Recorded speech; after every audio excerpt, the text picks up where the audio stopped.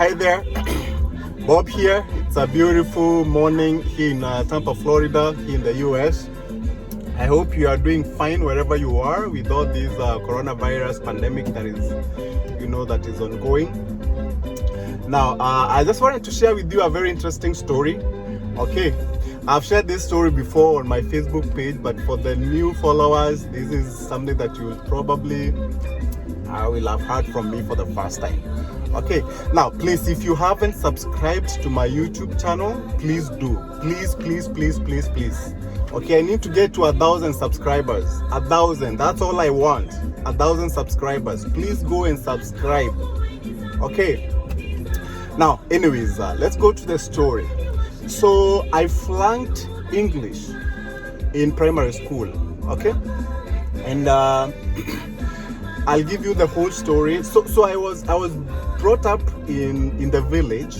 I think for those who are following me for the first time, may not know this, but I grew up with my grandparents in Meru County in Kenya, and I went to the local public primary school, okay, called Gekumene Primary School. Okay. Now, in that school, just like any local public primary school, we never really used to speak English, and I've always struggled with spoken English throughout, even up to date. But my written English is surprisingly really good. Okay. But I sat for my KCPE for the first time in 1996, and I was expecting to do well, not great, but well. I used to be among the best students in the school, so I was expecting to do relatively well. Okay, but the problem came in the English composition for that year's KCPE. Okay, I've told you I used to be good in written English, so I used to write really good compositions. Okay, but still my vocabulary was very limited, because we used to speak Kimeru, right? So on this day we did the first paper for the English, which is English paper 1. And then we did the paper 2, the composition. The paper 1 went fine. Then paper 2 composition, we were doing it in the afternoon. So we get the paper, and the way someone is always anxious to know what the topic is all about, what they're gonna write about, right? And I'm hoping, oh my God, I hope it's all about robberies and stuff like that, because I used to love those kind of stories, right? So I read, and it's bridge. It's about bridge. I can't remember what the whole thing was about, but it had bridge, the words bridge and bridge groom. Okay, and I was like, what the heck is bridge? What the heck is bridge? I didn't know what that was, right? I mean, I knew what a bridge was, but I didn't know the relationship between a bridge and bridge groom. So I was not reading as bride. The composition was all about bride and bridegroom. So that composition was supposed to be about a wedding.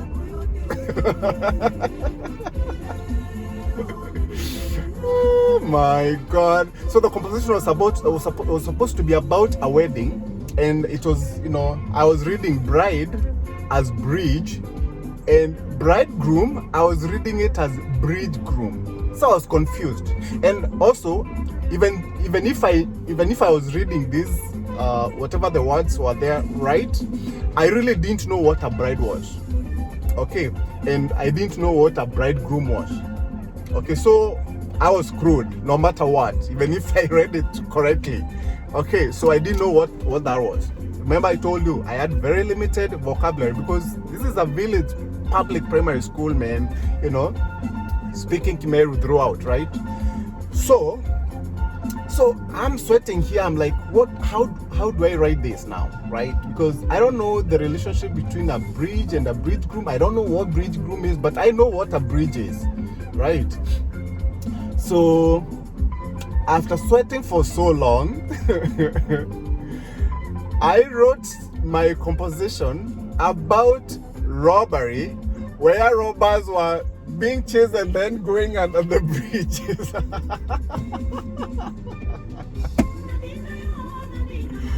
Oh my God.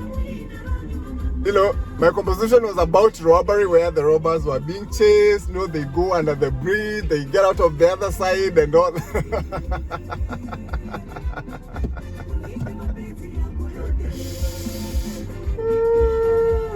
So anyways, so that's what I wrote, right? And then after the exam, I asked like the other students, like, you know, what did we have to write about?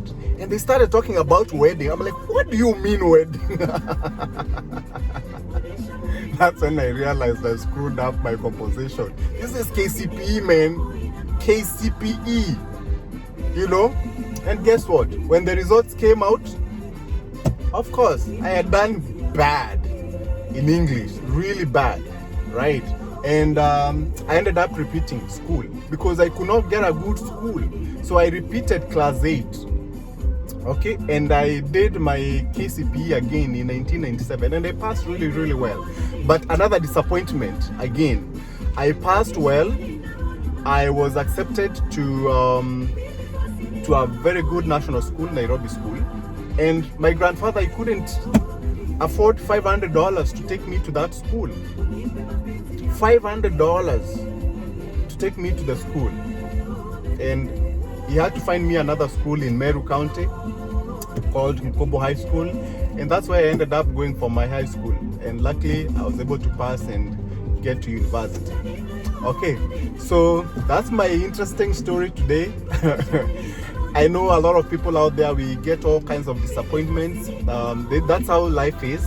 Okay, so, you know, if you get these disappointments, you know, nothing stays forever, you know, get through it, okay? And after that, things will be fine, okay? Nothing stays forever, you know, those disappointments, whatever you get, don't worry about it, okay? Move on, okay? You know, this is I think this was my first ever disappointment, you know, in my, like, big disappointment in my you know, career life. Okay, so you guys enjoy your weekend, and please subscribe. If you follow me on Facebook, just follow me on YouTube too. Okay, I have some great content that I want to share with you. Okay, please, I beg you, please subscribe. Okay, goodbye.